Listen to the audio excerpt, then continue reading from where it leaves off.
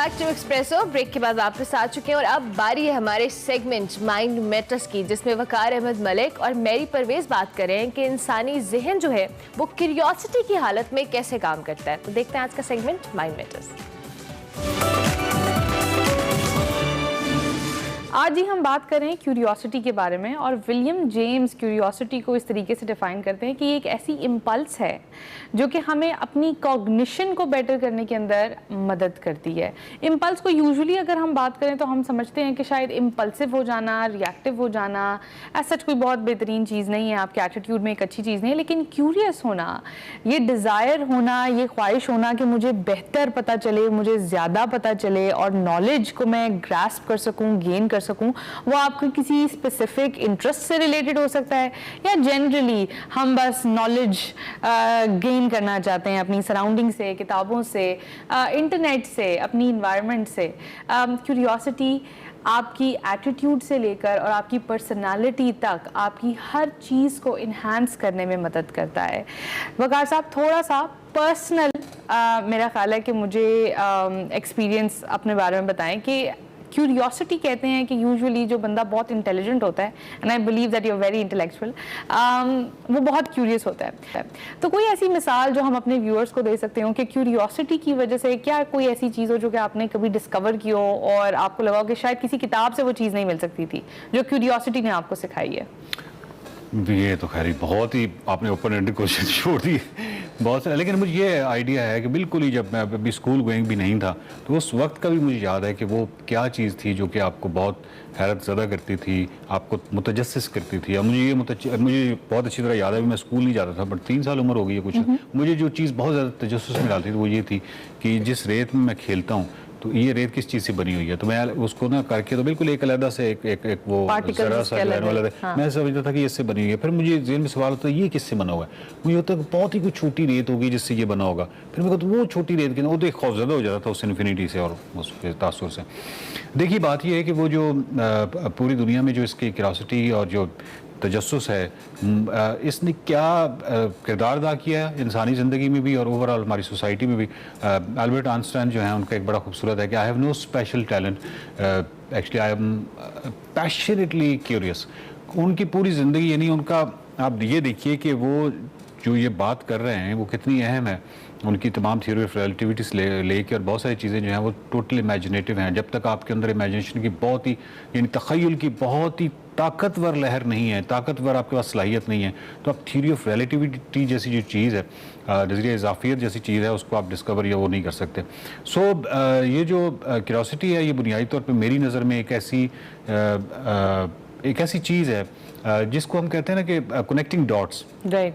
Connecting dots ये है कि आपने बहुत सारे, अगर आपको डॉट्स, जिस तरह वो एक गेम होती थी तो आप जब उन डॉट्स को उस हिसाब से मिलाते हैं तो कोई ना कोई शक्ल निकल आती है। सो एग्जैक्टली इसी तरह ही है कि एक सवाल जो है आप ये समझिए कि वो एक डॉट है।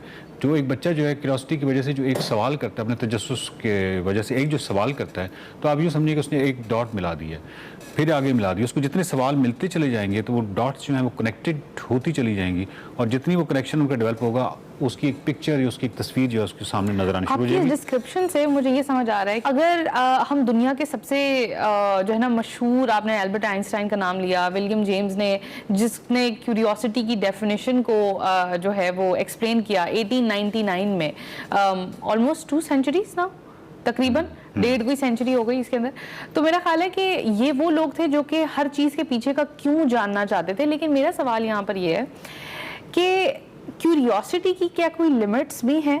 अच्छा, ये जो आपने विलियम जेम्स की बात की है ये तो कल की बात है। ये बेसिकली तो ग्रीक से लेके और पूरी हमारी 5-7 हज़ार साल तहजीब में क्यूरियोसिटी जो है उसको हमेशा बहुत अच्छा समझा गया है। अरिस्टोटल है, प्लेटो है, वो बहुत तफसील से उन्होंने इस पर बात भी की हुई है। और यही जो है वो जिसको कहते हैं बहुत बड़ा इंसानी शर्फ है। अदरवाइज़ आप मुमताज़ कैसे हैं जानवरों के साथ, यही है आपके अंदर एक तजस्सुस होता है, आप उसको जानने की कोशिश करते हैं।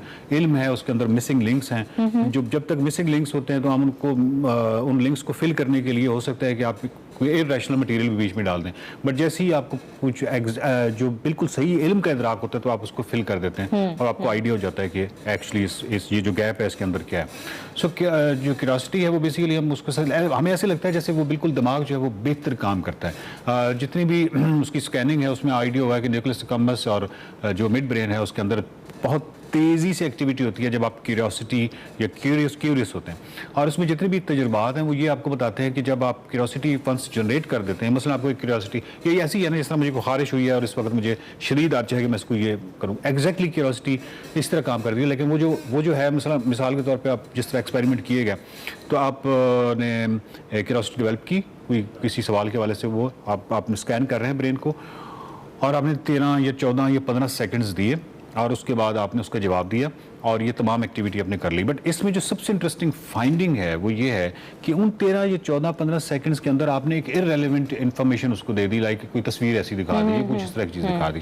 बाद में जब इस तरह के जितना भी एक्सपेरिमेंट जिन लोगों पे किया गया, उनसे जब पूछा गया उस तस्वीर के बारे में, तो वो उस तस्वीर का उनको याद था। उससे आपको आइडिया ये होता है कि आपकी क्यूरियोसिटी की उस स्टेट के दौरान कोई चाहे इन्फॉर्मेशन इररेलेवेंट भी हो तो वो भी आपको याद रह जाती है। उसकी वजह ये है कि वो इतनी तेजी से काम कर रहा होता है, इतना एनर्जी से काम कर रहा होता है। और इसमें जो सबसे ज्यादा जो एक्टिविटी है वो न्यूक्लियस कम्बस में है, उसमें मिड ब्रेन में है, और आपके हिप्पोकैम्पस में, आपको वो मेमोरी से रिलेटेड है।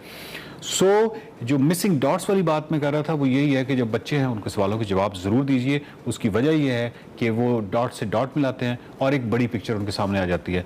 जब भी आप उनके किसी सवाल के जवाब नहीं देते तो इसका मतलब है कि वो कनेक्टेड डॉट्स में एक गैप आ गया और वो जो बड़ी तस्वीर है वो कभी भी नहीं बन पाएगी।